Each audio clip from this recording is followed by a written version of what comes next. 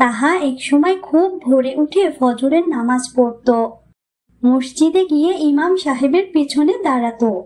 মুখে থাকতো শান্তির হাসি, কিন্তু ধীরে ধীরে তার মধ্যে পরিবর্তন আসতে শুরু করে।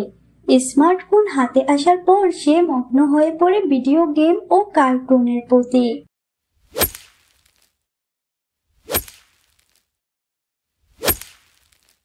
আল্লাহু আকবার, আল্লাহু আকবার। তাহা, তাহা, আছরের আজান দিচ্ছে বাবা, তাড়াতাড়ি ওযু করে নামাজ পড়তে যাও।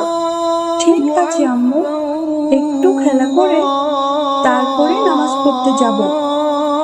মাত্রই তো আজান দিচ্ছে, জামাত শুরু হতে এখনো অনেক সময় বাকি আছে। আচ্ছা ঠিক আছে, তাড়াতাড়ি যেও। কিন্তু কিন্তু তাহা খেলায় মেতে রইল। নামাজের কথা তার মনেই পড়ল না। ও, খুব ক্লান্ত লাগছে, একটু ফ্রিজের ঠান্ডা পানি খেয়ে নেই, একটু পরেই তো পড়তে বসতে হবে। এমন অলসতা করতে করতে কয়েকদিন কেটে যায়। কোনো ওয়াক্তেই নামাজ পড়ে না সে।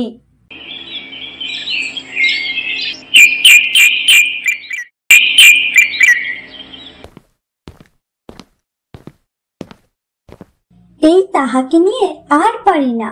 ইশারের নামাজ না পড়েই মনে হয় ঘুমিয়ে গেছে। হে আল্লাহ, আমার ছেলেটা তো এমন ছিল না। আল্লাহ, তুমি ওকে হেদায়েত দাও আল্লাহ, তাহা যেন আবার আগের মতো হয়ে যায়।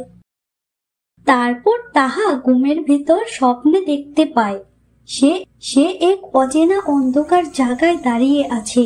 চারপাশে কেউ নেই, কেবল একটা গম্ভীর আওয়াজ, অথচ কোমল একটি কণ্ঠ ভেসে আসছে। হে তোহা, তুমি কি জানো তুমি কাকে ভুলে গেছো? কে কে কে আপনি? আমি আল্লাহর পক্ষ থেকে এক বার্তা। তুমি যখন আজান শুনো তখন কি তার ডাক অনুভব করো না? হ্যাঁ, আমি ভুল করেছি, আমি আবার নামাজে ফিরতে চাই। আল্লাহ গফুর রহিম, ফিরে এসো, এখনই সময়। এরপর তাহা দেখতে পায় তার ফেলে যাওয়া সব নামাজ, ফজর, জোহর, আছর, মাগরিব, ঈশা, সব তার সামনে ভেসে উঠছে, যেন প্রতিটা নামাজ তাকে ডাকছে, ফিরে এসো তাহা, ফিরে এসো। তাহা হঠাৎ ঘুম ভেঙে যায়, লাফিয়ে উঠে পড়ে। তার বুক ধড়ফড় করছে। সে শুনতে পায় বাহিরে ফজরের আজান হচ্ছে। হে আল্লাহ, আমি সত্যিই ফিরে আসব, আমি নিয়মিত নামাজ পড়তে চাই। সে দ্রুত ওযু করে মসজিদে যায়। ইমাম সাহেব তাকে দেখে খুব খুশি হয়। মাশাআল্লাহ তোহা, তুমি তো অনেকদিন পরে এলে। হুজুর, আমি ফিরে এসেছি ইনশাআল্লাহ, আর কখনো নামাজ ছাড়বো না। শোনো, নামাজ মানুষকে গুনার কাছ থেকে দূরে রাখে, আর এটি আল্লাহর সাথে সম্পর্কের সেতু। তুই আজ ফজরের জামাতে ছিলি, দেখে খুবই ভালো লাগছে। হ্যাঁ ভাই, এখন থেকে সব ওয়াক্ত নামাজ পড়বো ইনশাআল্লাহ। নামাজ ছাড়া জীবনে শান্তি নেই ভাই। ঠিক বলেছ, নামাজ ছাড়া মনে কোনো শান্তি পাওয়া যায় না।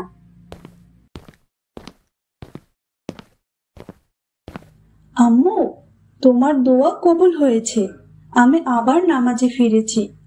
আলহামদুলিল্লাহ, আল্লাহ তোমাকে দিনের পথে রাখুন। এভাবে কয়েকদিন কেটে যায়। সংসারের সব দায়িত্ব এসে পড়ে রাইকার উপর। তাদের ঘরের অবশিষ্ট খাবারটুকু শেষ হয়ে যায়। হায় আল্লাহ, একটা মানুষ মনে হয় ভেসে যাচ্ছে, আমাকেও তারে সাহায্য করা উচিত। হে আল্লাহ, আমার জাল ভরে মাছ দাও, আমার মা মারা সন্তানের মুখে একবেলা খাবার তুলে দেওয়ার ব্যবস্থা করে দাও আল্লাহ। আল্লাহর নাম নিয়ে সে জাল ছুড়ে দেয় এবং খুশি মনে জাল টানতে থাকে।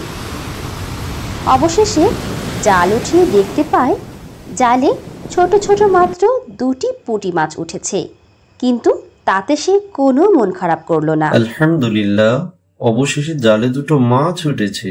যাই, এই মাছ দুটো বিক্রি করে অন্তত সন্তানের মুখে একবেলা খাবার তো তুলে দিতে পারবো। তারপর লোকটি বাড়ির দিকে রওনা দিল। বাড়ি গিয়ে দেখল তার ছোট ছেলেমেয়েরা তার জন্য পথের দিকে চেয়ে আছে। মা রাইকা, কাল একটু সকাল সকাল মাছ ধরতে বের হব। তুমি তোমার ভাইকে নিয়ে সাবধানে থেকো, কেমন? একটু সকাল সকাল গেলে বেশি মাছ পাওয়া যেতে পারে। আচ্ছা ঠিক আছে বাবা, আপনি চিন্তা করবেন না। তারপর লোকটি ফজরের আজানের সময় উঠে পড়ে এবং নামাজ আদায় করে জাল নিয়ে বেরিয়ে পড়ে মাছ ধরতে। কিন্তু কিছু দূর হাঁটার পরে মাথা ঘুরে সে মাটিতে পড়ে যায়। সঙ্গে সঙ্গে তার ছেলেমেয়েরা দৌড়ে আসে। বাবা, ও বাবা, তোমার কি হয়েছে? তুমি চোখ খুলছো না কেন বাবা? বাবা, ও বাবা। ভাই, বাবা তো চোখ খুলছে না।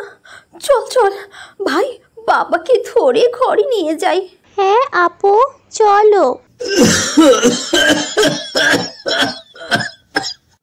আমার শরীরটা ভালো লাগছে না, আমার চোখ দুটো কেমন ঝাপসা ঝাপসা লাগছে।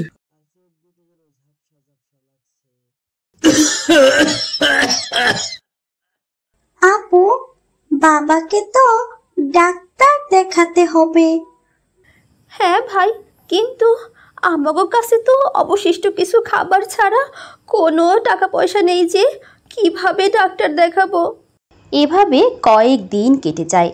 সংসারের সব দায়িত্ব এসে পড়ে রাইকার উপর। তাদের ঘরের অবশিষ্ট খাবারটুকু শেষ হয়ে যায়।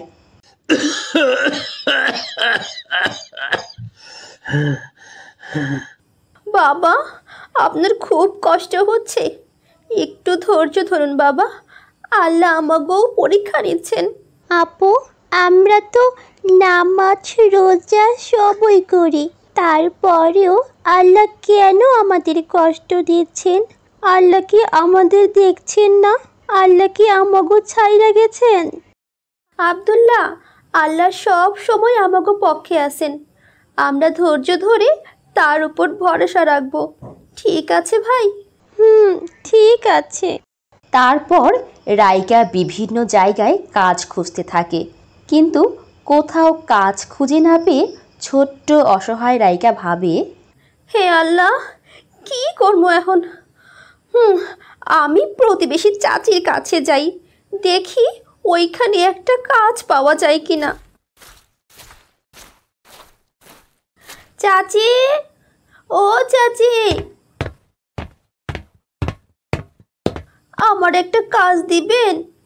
ধুর, এইটুকু মানুষ কিসের কাজ করবি? যা যা।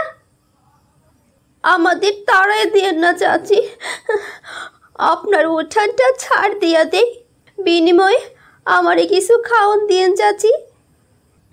আচ্ছা ঠিক আছে, যা দে দে, তাহলে কাজে লেগে পড়।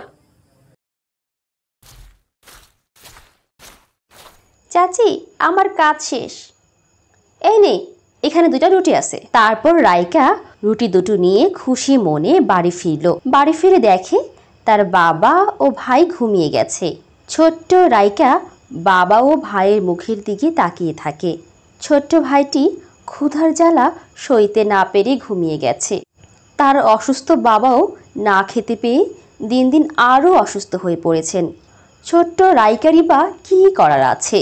সেই তো এত ছোট মানুষ, কেই বা তাকে কাজে নেবে?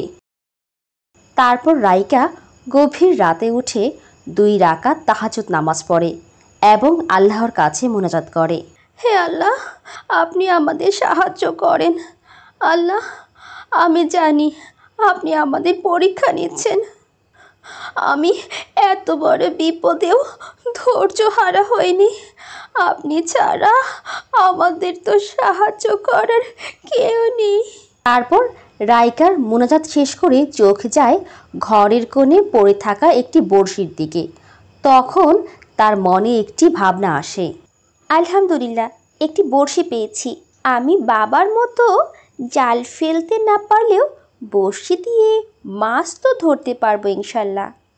একটু সকাল হতেই 1 টুকরো রুটি ও ছোট ভাইকে নিয়ে বেরিয়ে পড়বো মাছ ধরতে। রাইকা একটু সকাল হতেই এক টুকরো রুটি ও ছোট ভাইকে নিয়ে বেরিয়ে পড়ে মাছ ধরতে। তারপর রাইকা নদীতে বড়শি ফেলে নদীর তীরে বসে রুটির টুকরোটি বের করলো। দুই ভাই বোন খাওয়ার জন্য ঠিক করলো। তখনই একটি কাক এসে রুটির টুকরোটি নিয়ে চলে গেল, কিন্তু রাইকা তাতেও কোনো মন খারাপ করলো না।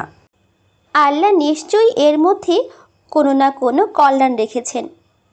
চলো আব্দুল্লাহ, হাত মুখ ধুয়ে বেরিয়ে যাই, বাবা হয়তো অপেক্ষা করছেন। তারপর রাইকা হাত মুখ ধোয়ার জন্য যেই না নদীর দিকে এগুলো, সে দেখতে পেল ছোট্ট একটা পুঁটলি ভেসে আসছে এবং তার একটু দূরেই দুটো হাত দেখা যাচ্ছে। হায় আল্লাহ, একটা মানুষ মনে হয় ভেসে যাচ্ছে, আমাকেও তারে সাহায্য করা উচিত। তারপর তারা দুই ভাই বোন মিলে লোকটাকে টেনে তুলল। লোকটি হাউ মাউ করে কেঁদে দিল। ছোট্ট সোনামণিরা, তোমরা আমার জীবন বাঁচিয়েছ। আমি ব্যবসার কাজে শহরে যাচ্ছিলাম, ওই মাঝপথে আমাদের জাহাজটি ওই ঝড়ে ডুবে গেল। আমি ভাসতে ভাসতে এখানে চলে আসছি হয়তো। চাচা, আপনি অনেক ক্লান্ত এবং অসুস্থ, চলেন আপনারে আমাগো বাড়িতে নিয়ে যাই। হ্যাঁ চাচা, চলেন, আপনার বিশ্রামের প্রয়োজন। তারপর তারা দুই ভাই বোন মিলে লোকটিকে বাড়িতে নিয়ে যায়। কিছুদিনের মধ্যেই লোকটি সুস্থ হয়ে যায়। তোমাদের অনেক ধন্যবাদ আমাকে আহার দেওয়ার জন্য। তোমাদের এই ঋণ আমি কোনো দিন শোধ করতে পারবো না। আমার এখন যাওয়ার সময় হয়েছে, আমি এখন যাই। চাচা, ওই দিন আমি আপনার হাতের কাছে এই পুটলিটি পেয়েছিলাম। হ্যাঁ বাচ্চারা, ওতে অনেক স্বর্ণমুদ্রা আছে, তোমাদের কাছে রেখে দাও। আর তোমার বাবাকে ডাক্তার দেখিও। আমি এখন যাই, ভালো থেকো ছোট্ট সোনামণিরা। তারপর তারা দুই ভাই বোন অনেক খুশি হয়ে যায়। রাইকা বুঝতে পারে তারা বিপদে ধৈর্য ধারণ করার ফলে আল্লাহর পক্ষ থেকে এই সাহায্য এসেছে। রাইকা তার বাবার জন্য একজন ডাক্তার নিয়ে আসে এবং কিছুদিনের মধ্যেই তার বাবা সুস্থ হয়ে যায়। তারপর তারা সবাই মিলে সুখে শান্তিতে বসবাস করে।